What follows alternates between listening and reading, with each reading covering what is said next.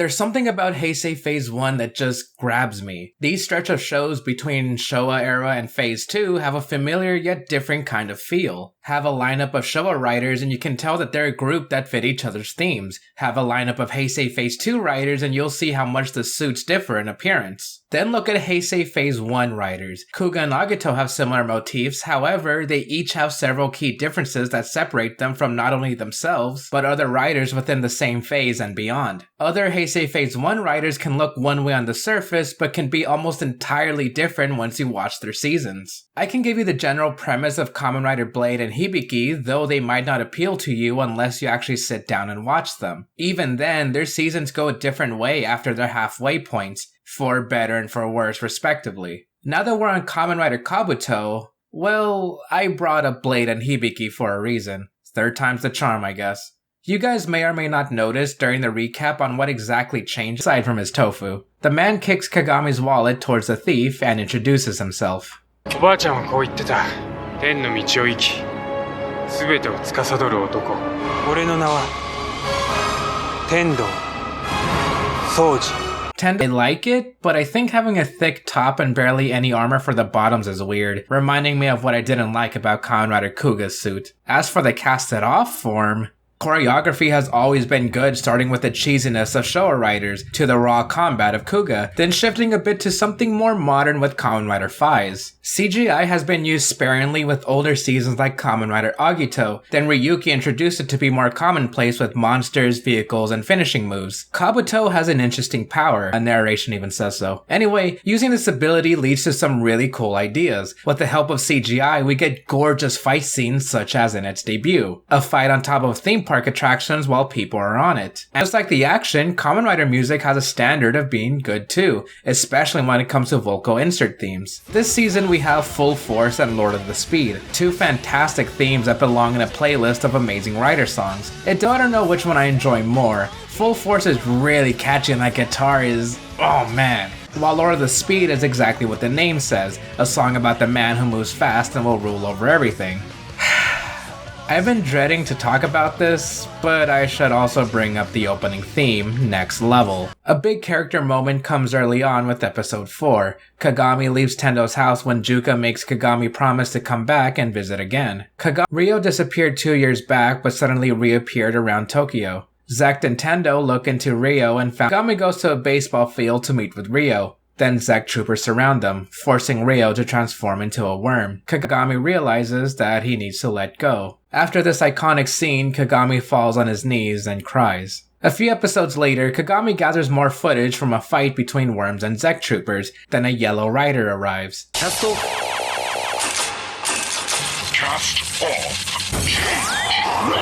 Along with his own set of troopers called Shadows. This is Kamen Rider TheBee, or TheBee as they say it in Japanese. What a weird name in English. Tadokoro recognizes its user, Yaguruma. Okay, I was dreading to say Yaguruma's name when I was recording this. This is gonna be another Kaori situation. Yaguruma. He appears to be a nice guy and gives Kagami some upstanding advice. A bit later, Tendou and Yaguruma attempt to buy tofu, but there's only one left, so they decide to have a cook-off at the bistro.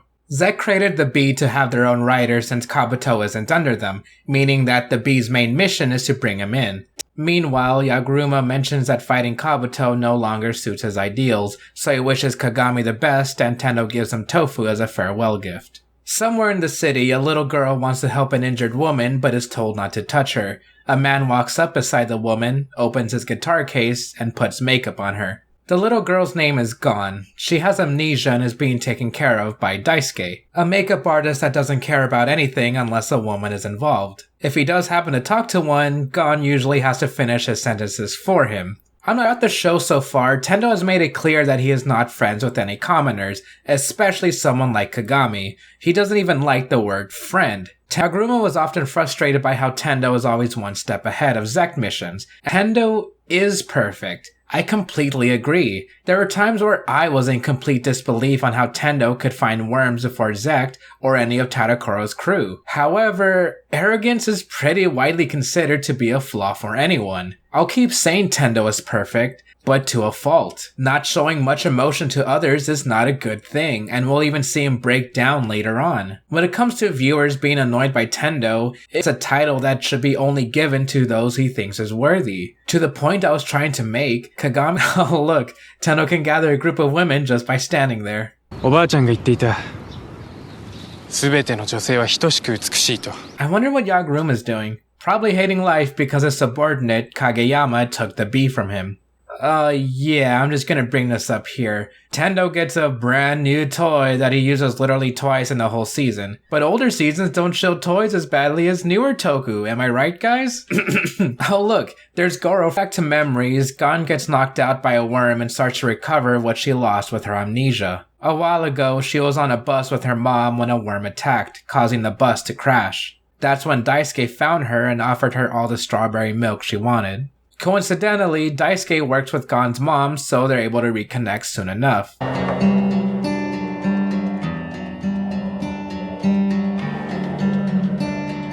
That's beautiful. Afterwards, Gon and her mother pass by Daisuke in the city. He calls to her, but Gon doesn't have any memories of him, so he apologizes and continues his walk. This would be a beautiful way to end Daisuke's arc. Though I'm just gonna bring this up now, Gon gets her memories of Daisuke back some episodes later. It comes out of nowhere too. In the next episode, we see a rich man accidentally drop a fork. He tells his butler, Gia, to throw it away, even though it's supposed to be an old heirloom. Then why was he eating with it? The man gets called on a job but is stopped by a police officer. Tsurugi Kamashiro, the man that stands on the top of the law. A worm kills the officer, then Tsurugi transforms into Kamen Rider Sasword.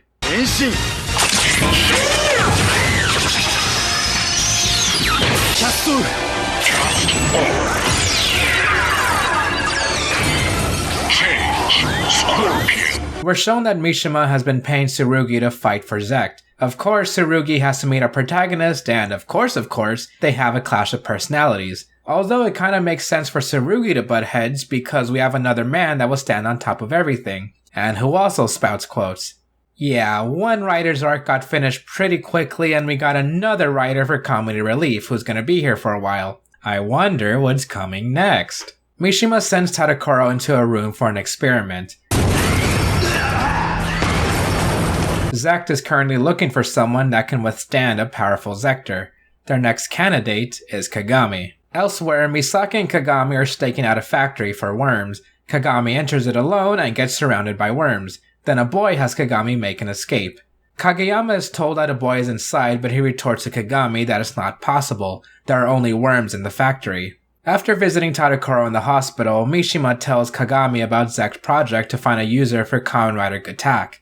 Desperate, Kagami goes to test the Zector himself, anything to save the boy from the worms.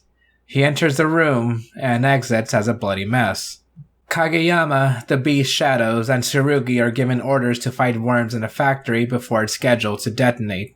Kagami rushes to the factory to save the boy. A worm approaches them, then the boy reveals himself as a worm too, and stabs Kagami.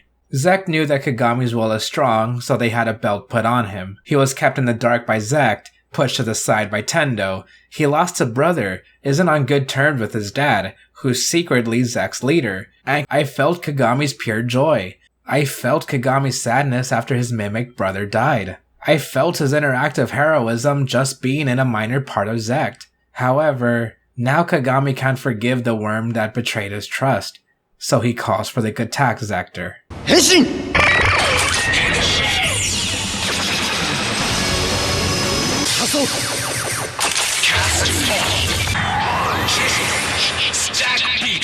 It's all led up to this. I only hope you guys can understand when I say, Arata Kagami may not be a hero to some, but he's a hero to me, and my favorite Kamen Rider of all time.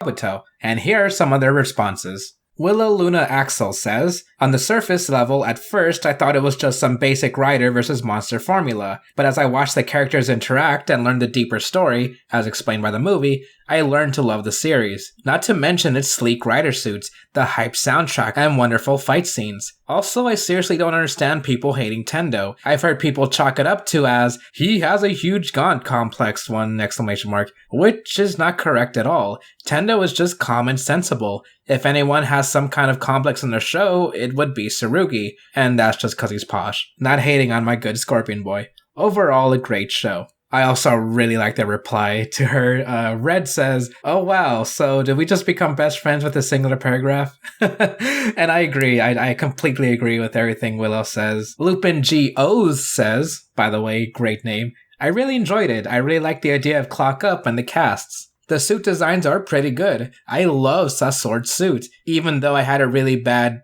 Vietnamese dub of it, I still loved it. Kabuto was one of my favorite main riders that I even brought a Kabuto figure rise, even though the horn broke off. Also, the theme is amazing. Also love your videos." Well, thank you, Lupin G.O.'s. When he brought... You're not gonna get away this time. My grandmother once told me. Another minion says, "As a resident, I love Kabuto to the point of near obsession guy. It's a simply amazing season with equally amazing everything. If Tendou is the closest to perfect any main rider has been, the Kamen Rider Kabuto is the closest to perfect any rider season has ever been. Although the pacing could be better at moments, I absolutely adore everything about it. From the music, to the suits, to the plots, and even the actors. They are all nearly perfected. I am not joking when Kabuto is number one on nearly all my different lists of different aspects of Kamen Rider. I can gush about Kabuto for a day on end and there still won't be enough time. So in the word of the world's wisest grandma, walking the path." So anyway, intermission done. Let's get back to the show.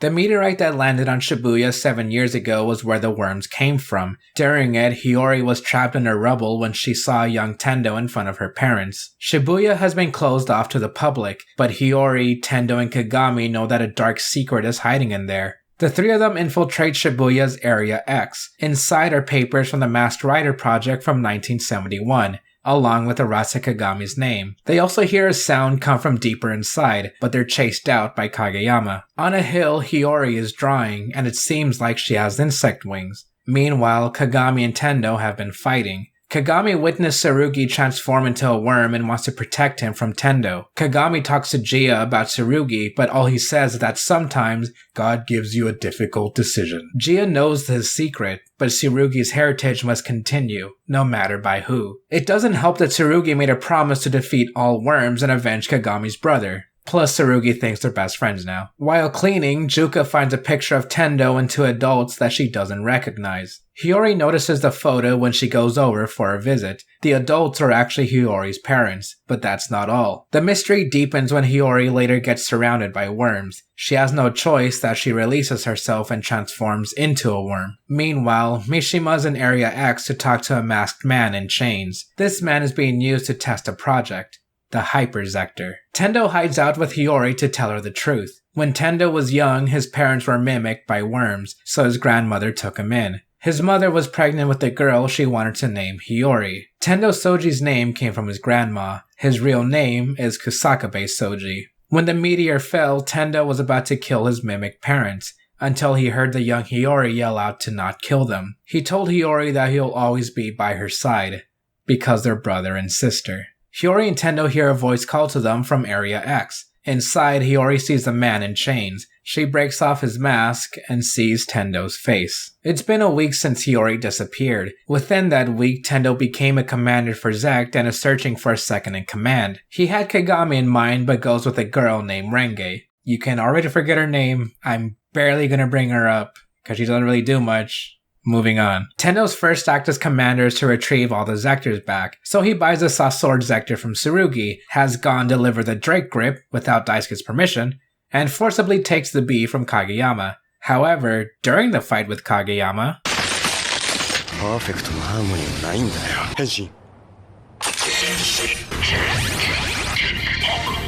Yaguruma sure seems a bit edgy today. Kamen Rider Kick Hopper looks pretty cool though. Kageyama gets fired from Zect and is thrown out in the rain while Yaguruma laughs at him. Wow. I wonder what Tsurugi is doing right now.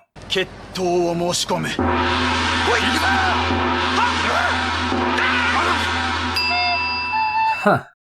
Renge is on the run after stealing a case that holds the Hyperzector. Kagami and Tendou are there to protect her, but a worm grabs the case and Mishima blows it up. However, this doesn't matter to the man who walks the path of heaven, because through space and time, the Hyperzector arrives from the future to be with Tendou. Hypercast.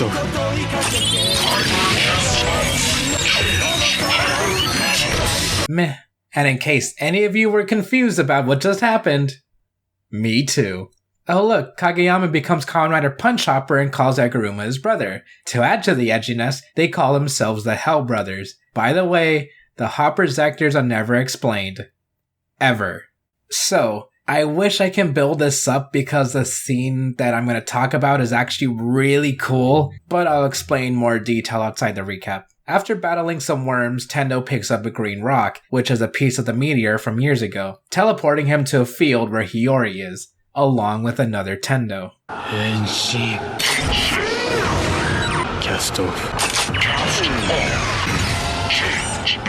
This rider is called Dark Kabuto, so I'll be calling its user Dark Tendou. Later on, Tendou walks into the bistro, but doesn't have his usual arrogant attitude, because Dark Tendou entered Earth to defeat the real Tendou for taking back Hiyori. Unfortunately, worms are becoming rampant and the riders can barely fight them off. Tsurugi is recruited, but he only wants to protect his crush, Misaki. He's had a thing for her since they first met after his debut, so this didn't come completely out of nowhere. Tsurugi's asked her out on dates before, though she's always brushed him off. Except now, Misaki decides to finally give him a chance. Tsurugi tries his hardest, even making her a muffler as a gift. He's running late for his date because he gets attacked by a worm. Tsurugi stumbles by Misaki and transforms into a worm. The truth from Tsurugi is that a worm killed his sister, and then the real Tsurugi, so the worm copied him. The mimic meant no harm. It didn't even know it was a worm until now. But Tsurugi decides to do what a worm does and fight humans. He fights with Tendou, imagining how a date with Misaki could have been. Misaki yells at Tendou to stop, but Tendou finishes off Tsurugi over a promise they made: defeat all worms. Tsurugi sits on a chair, waiting for Gia. 眠ってもいいかな。ありがとう、ジア。 Civilians are given worm-detecting necklaces by Zect. Naturally, Tendou figures out that they're being used for evil purposes. The necklaces can turn people into worms, and since Tendou is destroying them, he's become public enemy number 1. Mishima takes over the leading position at Zect and gives us some exposition. Dark Tendou was a human that became a worm due to some Zect experiments. He was made this way to create the masked rider systems, then he was forced to mimic the real Tendou. These experiments continued to the necklaces so worms can rule the earth. Mishima himself has taken part to become the ultimate worm. Kagami is given orders to kill Tendou, and seemingly does so with much hesitation. Tendou is caught in an explosion and is trapped under rubble, just like how Hiyori was when the meteor hit. The finale, episode 49, Path of Heaven. Renge hands Kagami a letter from Tendou telling him about Zect's plan to turn humans into worms by using the necklaces. A broadcasting antenna is what will trigger the transformation. With that info, Kagami gets up and decides to storm the Zect facility himself. He gets badly beaten by Mishima, but luckily, Tendou arrives in time to finish him off in the final battle. Dark Tendou wakes up and sacrifices himself to destroy the facility. Who knows where Mishima went? Probably to become a fruit vendor somewhere. With that, Tendou and Kagami throw their Zectors into the sky, and Tendou gives a quote not by his grandma, but by himself. Every one of their friends gather at the bistro. Tadokoro is running a soba shop. Misaki has her own business. Plus, Daisuke and Gon are still hanging out while Hiyori and Juka work at the bistro too. Meanwhile, Kagami is working as a police officer, making his father proud, and Tendou is currently away buying tofu in Paris. Tendou. そうして。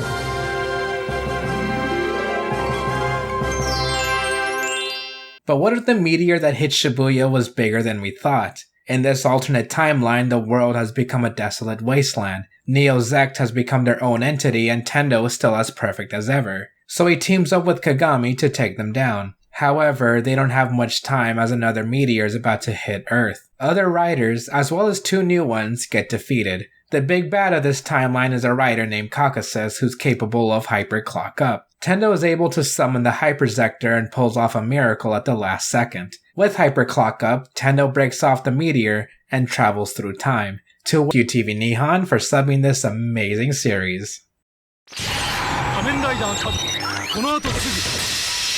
The characters. I already talked about Tendou and Kagami, but the other writers and secondary characters are good as well. Tsurugi has such a fun and naive personality, it makes for some good humor in contrast to the serious Misaki. Daisuke being a womanizer has led to moments where he had important decisions to make, including one where he had to protect a mimic despite knowing their secret. Aguruma started out as a trusted character who lived by the mantra of having perfect harmony. Then when he fell to inner darkness and insanity, he threw away that mantra to find something that he thought was better. His connection to Kageyama since TheBee's debut worked as well as brothers. I just wish they had something to resolve. I didn't bring this up in the recap, but they both die? I think? I don't get it either, moving on. Even Gia, Tsurugi's butler, is fantastic. He's one of the few people that Tendou respected, because Gia should be the man that stands above everything. He puts up with Tsurugi and still offers fatherly advice while covering his tracks. There's a lot more to each character that I enjoy, maybe even more so than Hibiki's cast, although there is one character that I didn't like. Hiyori.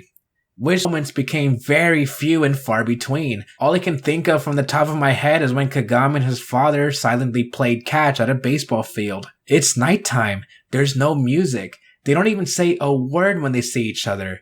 It's absolutely beautiful. Not to mention Tsurugi's death scene. They're on par with moments that came earlier, but like I said, that's all, even looking at my notes. Kamen Rider Hibiki was a bit of a slow show too, although that was allowed to be because it had a slice of life style, where it then gets defeated like any other worm. It's just so boring, which is a huge shame because there are plenty of good ideas in the second half too. Tendou uses the Hyperzector for the first in it, although it was really cool to see him and no one knowing what just happened. There was an awesome lead up, only for the viewer to realize that, wait, episode 34 isn't the endpoint of the Hyperzector debut, it's only the beginning of the next arc. That's great, it's just that voice, his slow walk, the colorful background as a contrast. Again, amazing. That doesn't excuse how boring she is. Yeah, I get her backstory, it's sad, but come on. Lighten up during a comedy relief moment. Emote. Do something. I think I'd rather have annoying over boring. That's gonna come back to bite me in later. The higher-ups? Staff changes? Well, the main writer stayed the same since the beginning. Some episodes were written by other people. I briefly brought him up in Hibiki, though he only wrote 2 episodes of it. And this isn't the last time I'll talk about him. He's too bad with Kabuto's writing. After all, it has some of my favorite characters and stories. For now. One main criticism I've seen is the mood whiplash. Kabuto's a pretty serious season. Characters die. The story is mature. Ultimate makeup. Wait, what? Humor is subjective, but I can understand people getting annoyed by the comic relief. How humor is quick except for one Tsurugi scene. So I don't understand how it makes the season worse if it can be looked over as fast as they appear. Well, that's pretty much everything I can say, so it's time for my final thoughts. Over Kabuto's second half, but you know what? I think the first half carried the show for me to say, I love the season. As I watched more Kamen Rider, so it was pushed as, if not better than I remember. It might actually be tied with my favorite season at this point. The characters alone are some of my favorite in the whole series, and Kagami will continue to be my favorite Kamen Rider of all time. As a recommendation, I'd say to proceed with caution. The action and characters are fun, but the pacing can be a turnoff to some. Like I said before about Kagami, he may not be a hero to some, but he's a hero to me.